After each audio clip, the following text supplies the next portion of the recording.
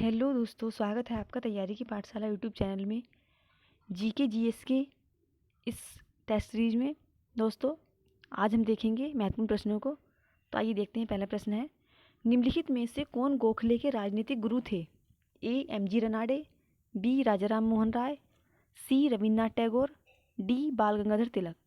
तो इसका आंसर होगा ऑप्शन नंबर ए, एमजी रनाडे। महादेव गोविंद रनाडे इनका पूरा नाम था और इन्हें महाराष्ट्र का सुकरात के नाम से भी जाना जाता था। आइए नेक्स्ट क्वेश्चन देखते हैं। निम्नलिखित में से किस आंदोलन को राष्ट्रीय स्वतंत्रता का मुस्लिम युद्ध के रूप में माना जाता है?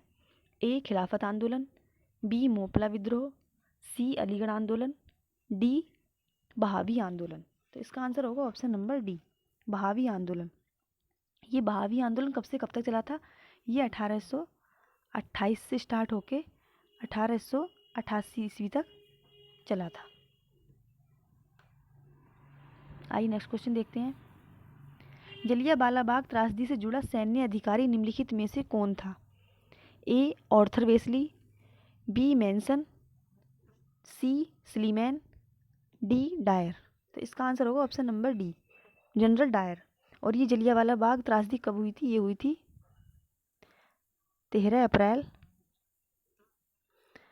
1919 में। कहाँ हुई थी? अमृतसर में। भारतीय जनगणना 2011 के अनुसार भारत के निम्नलिखित राज्यों में से लिंगानुपात सबसे कम है, यानी किस राज्य में लिंगानुपात सबसे कम है? इसका आंसर होगा option number A Punjab, B Bihar, C Haryana, D Sikkim. तो इसका आंसर होगा ऑप्शन नंबर सी, हरियाणा में लिंगानुपात सबसे कम है। कितना है? ये है 1000 पुरुषों पे 1879, यानी कि 1000 पुरुषों पे 1879 महिलाएं हैं। और सबसे अधिक किस देश का है, किस राज्य का है? वह है केरल का। वह है 1000 पे 1084 महिलाएं। निम्नलिखित में से किस पंचवर्षीय योजना में भारत की विकास दर सर्वाधिक हुई थी?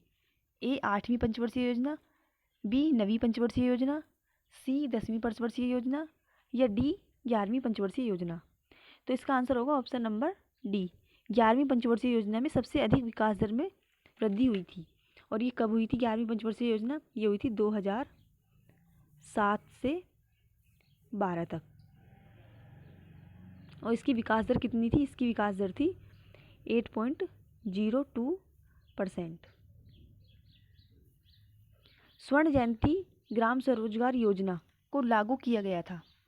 ए वर्ष 2002 में, बी वर्ष 2007 में, सी वर्ष 1999 में, या डी 1997 में। तो इसका आंसर होगा ऑप्शन नंबर सी, 1999 में स्वर्ण जयंती ग्राम स्वरोजगार योजना को लागू किया गया था। ये 1 अप्रैल 1999 को प्रारंभ की गई थी गांव में रहने वाले लोगों के लिए। निम्नलिखित में से किसे शुष्क बर्फ कहते हैं? ए ठोस कार्बन डाइऑक्साइड, बी ठोस हाइड्रोजन पेरोक्साइड, सी निर्जलीकृत बर्फ, डी 273 केल्विन पर बर्फ। तो इसका आंसर होगा ऑप्शन नंबर ए, ठोस कार्बन डाइऑक्साइड। आइए नेक्स्ट क्वेश्चन देखते हैं। निम्नलिखित तत्वों में से किसके अपरूप नहीं है? A carbon, B phosphorus, C nitrogen, D oxygen. तो इसका आंसर होगा ऑप्शन नंबर सी, नाइट्रोजन का एक भी अपरूप नहीं है। ध्वनि का वेग अधिकतम होता है? ए निर्वात में, बी पानी में, सी स्टील में, डी हवा में। तो इसका आंसर होगा ऑप्शन नंबर सी, स्टील में। निम्नलिखित में से कौन आनुवांशिकी रोग नहीं है? ए रंजकहीनता, बी रतौंधी, सी हीमोफीलिया, या डी वर्णांधता। तो इसका आंसर होगा ऑप्शन नंबर बी, रतौंधी एक आनुवांशिक रोग नहीं है, जबकि रंजकहीनता, हीमोफीलिया, वर्णांधता ये एक आनुवांशिकी रोग है जो कि एक पीढ़ी से दूसरी पीढ़ी में पहुंचता है। पित्ताशय में उपस्थित पत्थर निम्नलिखित में से किसका पाचन करते हैं? ए वसा का, बी प्रोटीन का, सी कार्बोहाइड्रेट का, डी न्यूक्लिक अम्ल का। तो इसका आंसर होगा ऑप्शन नंबर ए, वसा का। एकमात्र भारतीय जो भारत के गवर्नर जनरल हुए थे, सी राजगोपालाचारी, बी पट्टाभी सीतारमैया, सी राजेंद्र प्रसाद, डी उपरोक्त में से कोई नहीं। तो इसका आंसर होगा ऑप्शन नंबर ए, सी राजगोपालाचारी भारत के पहले गवर्नर जनरल हुए थे। संविधान के अंतर्गत प्रधानमंत्री निम्नलिखित में से किसके प्रति उत्तरदायी है? ए मंत्रिपरिषद, बी राष्ट्रपति, सी राज्यसभा, डी लोकसभा। तो इसका आंसर होगा ऑप्शन नंबर डी, लोकसभा के प्रति प्रधानमंत्री उत्तरदायी है।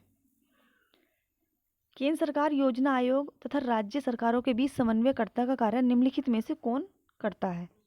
ए राष्ट्रीय एकीकरण परिषद, बी वित्त आयोग, सी राष्ट्रीय विकास परिषद, या डी उपरोक्त में से कोई नहीं। तो इसका आंसर होगा ऑप्शन नंबर सी, राष्ट्रीय विकास परिषद। और राष्ट्रीय विकास परिषद की स्थापना कब हुई थी? ये हुई थी 6 अगस्त 1952 को, और वर्तमान 2015 से इसको समाप्त करके नीति आयोग में कन्वर्ट कर दिया है। भारत में मुद्रास्फीति के आकलन का सबसे प्रचलित मापदंड है? ए मूल्य सूचकांक, बी थोक मूल्य सूचकांक, सी उपरोक्त मूल्य सूचकांक, या डी औद्योगिक मूल्य वस्तु सूचकांक। तो इसका आंसर होगा ऑप्शन नंबर बी, थोक मूल्य सूचकांक। एल नीनो धारा निम्नलिखित में से किस महासागरीय तट के किनारे को प्रभावित करती है? ए दक्षिण अमेरिका का पूर्वी तट, बी दक्षिण अमेरिका का पश्चिमी तट, सी उत्तरी अमेरिका का पूर्वी तट, या डी दक्षिणी अफ्रीका का पश्चिमी तट। तो इसका आंसर होगा ऑप्शन नंबर बी, दक्षिणी अमेरिका का पश्चिमी तट। निम्नलिखित में से किस राज्य में स्थानांतरीय कृषि प्रचलित है? ए उत्तर प्रदेश में, बी बिहार में, सी गुजरात में, डी नागालैंड में। तो इसका आंसर होगा ऑप्शन नंबर डी, नागालैंड में। नागालैंड में ज़्यादातर स्थानांतरित कृषि करते हैं, इसको झूम कृषि भी कहा जाता है।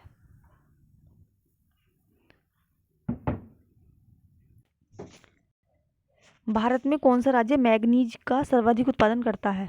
ए महाराष्ट्र, बी मध्य प्रदेश, सी कर्नाटक, या डी ओडिशा।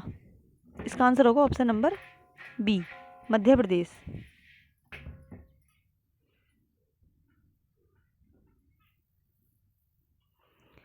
कुल उत्पादन के सापेक्ष निम्नलिखित में से किस फसल का अंतर्राष्ट्रीय व्यापार कम है?